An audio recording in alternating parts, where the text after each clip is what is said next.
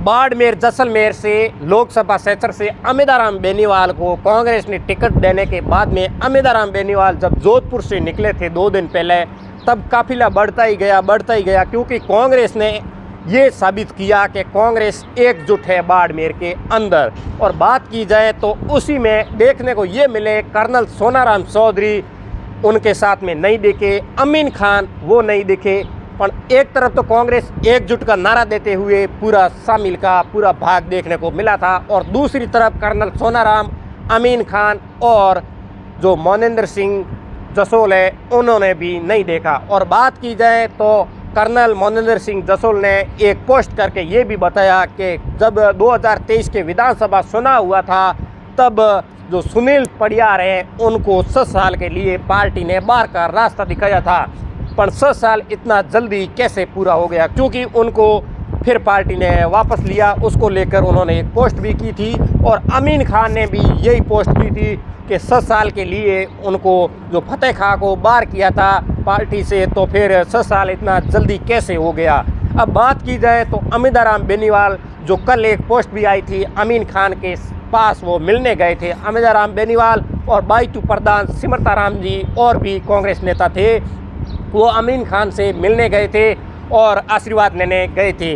अमिताराम बेनीवाल है वो लगातार ये प्रयास कर रहे हैं, क्योंकि उन्होंने आरएलपी छोड़ के कांग्रेस में शामिल होने के बाद में उन्होंने पार्टी ने टिकट दी। उसके बाद में वो लगातार बाड़मेर जैसलमेर के अलग अलग नेताओं से मिल रहे हैं, और बताया ये भी जा रहा है अमीन खान को साथ में लाने की कोशिश की जा रही है, क्योंकि अमिताराम बेनीवाल जो बाड़मेर जैसलमेर की सीट से कांग्रेस ने उम्मीदवार बनाया है। बात की जाए तो कांग्रेस एक तरफ तो एकजुट का नारा देते दिखाई दे रही है, क्योंकि हरीश चौधरी की बात करें, हेमाराम चौधरी की बात करें, या फिर हेमाराम की बात की जाए, या फिर बात करें पद्माराम की, या फिर बात करें सुनील पडियार की, फतेह खां, ये तो पार्टी छोड़ के गए थे पहले पर अभी कांग्रेस के साथ में आ गए।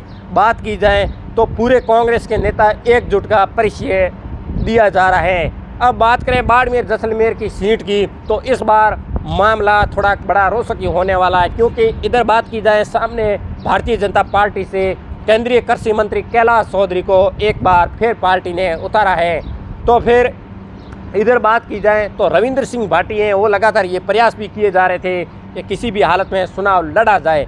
पर बात करें तो रविंद्र सिंह भाटी जो भजनलाल शर्मा से मिलने के बाद में जो मुख्यमंत्री से मिले, उनके बाद में उन्होंने कोई पोस्ट वोट तो नहीं की, पर उन्होंने ये कहा था कि शिव की जनता के साथ में मैं मिलके ही निर्णय लूँगा। पर बात की जाए तो उसके बाद में ये बात हुई, स्वरूप सिंह खारा है उनको जब टिकट दी थी, तब बात करें तो शिव से उनके सामने निर्दलीय के तौर पर रविंद्र सिंह भाटी चुनाव लड़ते हैं, वो चुनाव जीत जाते हैं। अभी की बात करें तो स्वरूप सिंह खारा को 20 हैंडपम्प दिया सरकार की तरफ से, और बात करें रविंद्र सिंह भाटी को 2 हैंडपम्प दिए। उसके बाद में जब चुनाव की मॉल की बात करें तो पूरा सिस्टम चेंज हो गया।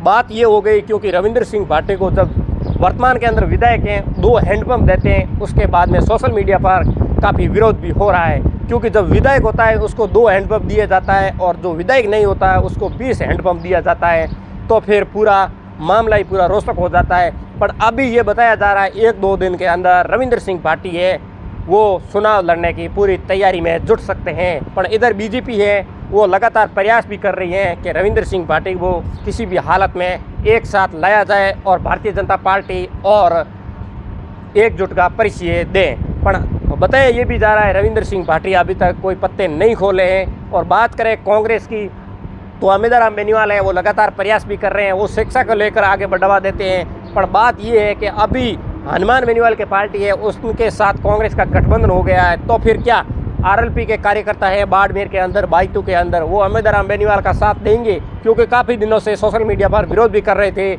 पर काफ़ी कार्यकर्ता थे वो अमिताराम का समर्थन भी कर रहे हैं, क्योंकि लगातार ये प्रयास भी किया जा रहा था कि हनुमान बेनीवाल की जब पार्टी कब गठबंधन होने के बाद में कुछ निर्णय लिया जाएगा। पर आखिरकार कल गठबंधन हो ही गया है। पर अब बताया ये भी जा रहा है कि आरएलपी के कार्यकर्ता है वो तन मन धन से अमिताराम बेनीवाल के साथ में जुट जाएंगे।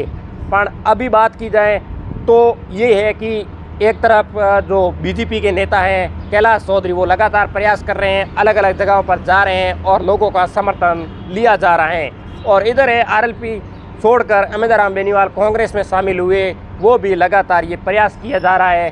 कांग्रेस के नेताओं के साथ एकजुट का परिचय दिया जा रहा है और बाड़मेर जैसलमेर का जैसे जैसे तारीख नज़दीक आ रही है, जैसे जैसे चुनाव का माहौल ही बदलता ही जा रहा है। पर बताया ये भी जा रहा है इस बार का जो चुनाव है बड़ा रोचक होने वाला है, क्योंकि 2024 के लिए लोगों का ये कहना है बाड़मेर की सीट है कांग्रेस के खाते में जा सकती है।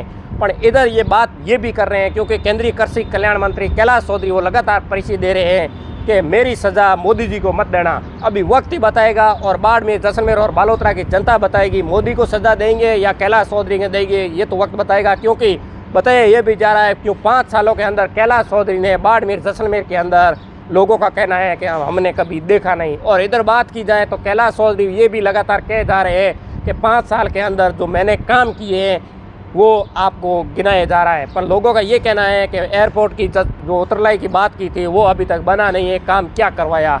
अब ये तो प्रत्यारोप लगता रहता है राजनीति के अंदर, पर अभी फ़िलहाल ये जानकारी ये है कि राजस्थान के अंदर जो लोकसभा चुनाव के अंदर 25 मिशन को लेकर भारतीय जनता पार्टी लगी हुई है, क्योंकि तोड़ फोड़ के अंदर जो कांग्रेस के नेता है बीजेपी में शामिल हो रहे हैं, बीजेपी भी नेता है वो कांग्रेस में शामिल हो रहे हैं। पर राजनीति के अंदर ये आम बात है, पर कार्यकर्ता एक दूसरे को लड़ रहे हैं कि कांग्रेस के हमारे नेता कांग्रेस में कैसे गए और हमारे नेता बीजेपी में कैसे गए, ये आता जाता रहता है। पर बात ये है कि पार्टी के जो कार्यकर्ता हैं वो एक जगह पर ही रहते हैं। पर फिलहाल ये जानकारी है कि बाड़मेर जैसलमेर की सीट है इस बार बड़ा रोचक होगा और रविंद्र सिंह भाटी चुनाव लड़ते हैं तो बड़ा ही रोचक होगा, तो फिर ये टक्कर का मामला हो जाएगा। पर बात करें कैलाश चौधरी के लिए भी ये आसान नहीं लग रहा है। बात की जाए बाड़मेर जैसलमेर की सीट है और बाड़मेर विधानसभा की सीट की माना जाए तो जब 2023 का चुनाव हुआ था विधानसभा का, तो प्रियंका चौधरी की टिकट कटवाने में एम नाम कैलाश चौधरी का आया था, क्योंकि कैलाश चौधरी ने एक बाइटों के अंदर मीडिया के अंदर बाइट दी थी,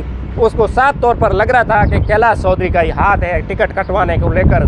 उसके बाद में कैलाश चौधरी के लिए जो काफ़ी विरोध भी हुआ था बाड़मेर के अंदर, और उसके बाद में लगातार ये कैलाश चौधरी ये प्रयास कर रहे थे कि किसी भी हालत में प्रियंका चौधरी के साथ में मुलाकात हो, पर अभी तक मुलाकात नहीं हुई है। और प्रियंका चौधरी किसको समर्थन देती है, कैलाश चौधरी को देती है या फिर अमिताराम बेनीवाल को देती है, ये आने वाला वक्त ही बताएगा। क्योंकि डॉक्टर प्रियंका चौधरी और रविंद्र सिंह भाटी ये फिर समर्थन कैलाश चौधरी को देते हैं तो फिर अमिताराम बेनीवाल के लिए भी आसान नहीं होगा। और या फिर रविंद्र सिंह भाटी चुनाव लड़ते हैं और कैलाश चौधरी लड़ते हैं और अमिताराम, ये तीनों लड़ते हैं तो फिर आने वाले समय में कौन जीतेगा वो अभी जल्दबाजी होगी, क्योंकि चुनाव लड़ना सबके आम बात है। और अमिताराम बेनीवाल जब मीडिया वालों ने पूछा कि रविंद्र सिंह भाटी चुनाव लड़ते हैं तो अमिताराम बेनीवाल ने ये बात कही है चुनाव लड़ना आम बात है, हर कोई चुनाव लड़ सकता है और रविंद्र सिंह भाटी चुनाव लड़ते हैं तो लड़ें।